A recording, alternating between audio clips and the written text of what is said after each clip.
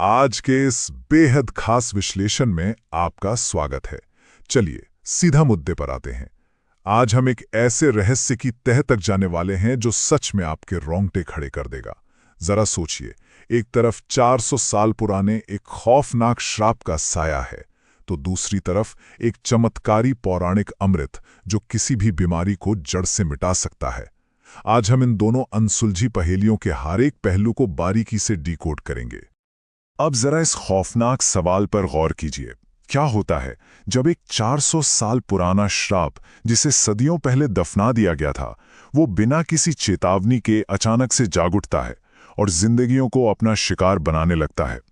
इस पूरी चर्चा में हम इसी डरावनी लोक कथा की गुत्थी को एक एक कदम करके सुलझाएंगे।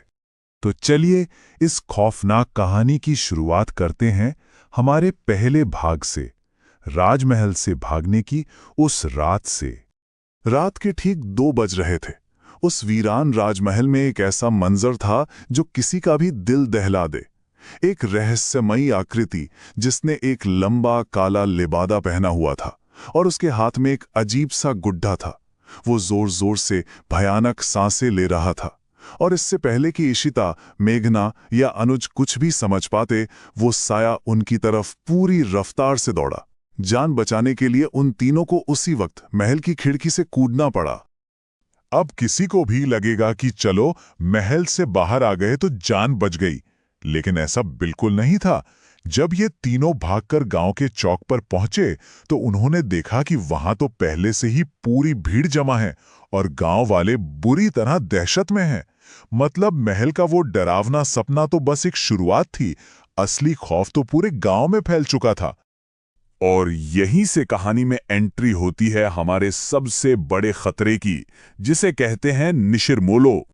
अब ये निशिर-मोलो कोई आम खतरा नहीं है। जानकारी के मुताबिक ये 4 रहस्यमयी आकृतियां हैं जो भूरे रंग का लबादा पहनती हैं। इनके कंधों पर एक ताबूत होता है और सबसे डरावनी बात, इनकी आंखें लाल चमकती रहती हैं। इनका रूल बहुत साफ है। अगर रात के अंधेरे में किसी ने भी गलती से इनसे आंखें मिला लीं या इन्हें देख लिया तो ये उसे अपने साथ ले जाते हैं। और ये सिर्फ अफवाहें नहीं है दोस्तों। संपत और किप्तान नाम के 2 गांव वालों को ये बीच सड़क से ही अगवा कर चुके हैं।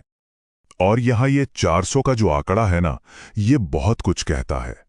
ये कोई नया श्राप नहीं है, बल्कि 400 साल पहले पुराने महाराज के समय का है।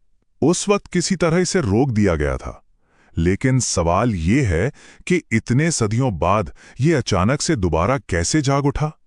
इसी बात ने सबको खौफ में डाल रखा है। अब आप जरूर सोच रहे होंगे कि शहर की ये लड़कियां इतनी खतरनाक जगह पर रुकी ही क्यों हैं?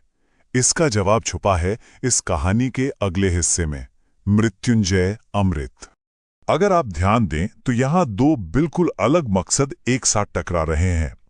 एक तरफ बेचारे गांव वाले हैं जिन्हें बस किसी तरह इस निशिर-मोलो के श्राप से बचकर जिंदा रहना है।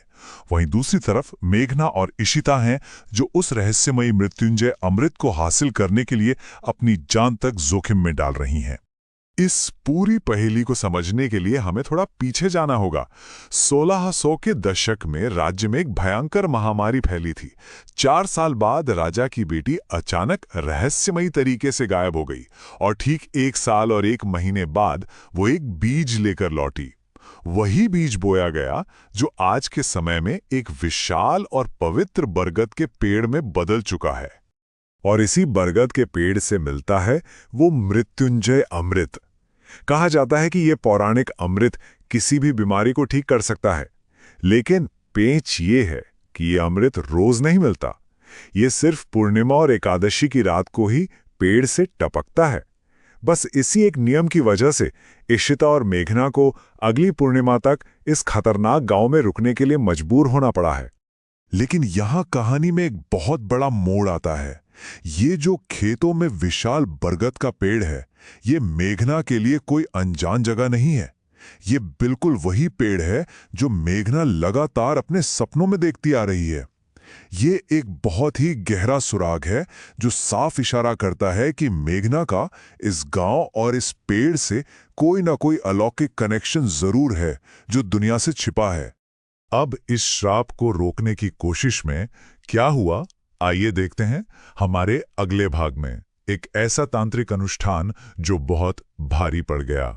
गांव के चौक पर जूनियर तांत्रिक ने अनुष्ठान शुरू किया। नियम बहुत ही सख्त थे। अग्निकुंड जलाना, एक कपाल रखना, एक इंसानी हड्डी डालना और 4 धूप बत्तियां जलाना। और सबसे बड़ा नियम, एक बार जब अनुष्ठान शुरू हो जाए तो चाहे कुछ भी हो जाए, तांत्रिक अपनी जगह से उठ नहीं सकता। उसे हर हाल में अपना काम पूरा करना ही होगा। और फिर शुरू हुआ खौफ का वो मंजर। अचानक भारी कदमों की आवाज गूंजने लगी। पुजारी इतना डर गया कि वो वहां से भागा, लेकिन निशिर मोलो ने उसे रास्ते में ही पकड़ लिया। फिर भारी सन्नाटे के बीच वो ताबूत खुला और अगले ही पल तांत्रिक की एक दर्दनाक चीख पूरी फिजा में गूंज उठी। इस हमले का नतीजा सच में रोंगटे खड़े कर देने वाला था। वो डरा हुआ पुजारी पूरी तरह से गायब हो चुका है और वो तांत्रिक, वो एक मिट्टी के पुतले की तरह जम गया था, जिसका चेहरा बुरी तरह फटा हुआ था और देखते ही देखते उसका शरीर हवा में ही गायब हो गया। यह साफ दिखाता है कि उन निशीर मोलो का असली मकसद सिर्फ उस अनुष्ठान को रोकना था ताकि उनके राज कभी बाहर ना आ सकें। तो अब आखिर में हमारे सामने क्या बचता है? कुछ ऐसे अनसुलझे रहस्य जो सीधे तबाही की तरफ इशारा कर रहे हैं। दूर अपनी गुफा में बैठे बड़े तांत्रिक ने जब ये सब महसूस किया तो उसने अपनी आंखें खोलीं। उसके शब्द बहुत ही खौफनाक थे।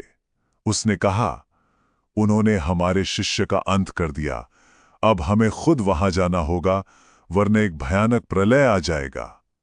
मतलब दांव पर अब सिर्फ कुछ लोगों की जान नहीं, बल्कि पूरा का पूरा गांव लगा है। और इसी बीच मेघना के सपने और भी ज्यादा डरावने हो गए हैं। वो सपने में खुद को एक प्राचीन राजकुमारी की वेशभूषा में देखती है, जो एक सुनसान भयानक जंगल में बिल्कुल अकेली भटक रही है। ये कोई इत्तेफाक नहीं है।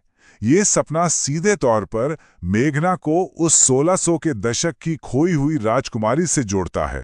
तो इस विश्लेषण के अंत में हम इस सबसे बड़े और खौफनाक सवाल के साथ खड़े हैं। आखिर इन निशिर मोलो की असली पहचान क्या है? और मेघना का इस 400 साल पुरानी राजसी त्रासदी से क्या कनेक्शन है? ये रहस्य अभी भी गांव के अंधेरों में दफन है। आगे क्या होने वाला है, ये सोचना भी रोंगटे खड़े कर देता है। आज हमारे साथ इस सफर में जुड़ने के लिए बहुत बहुत शुक्रिया।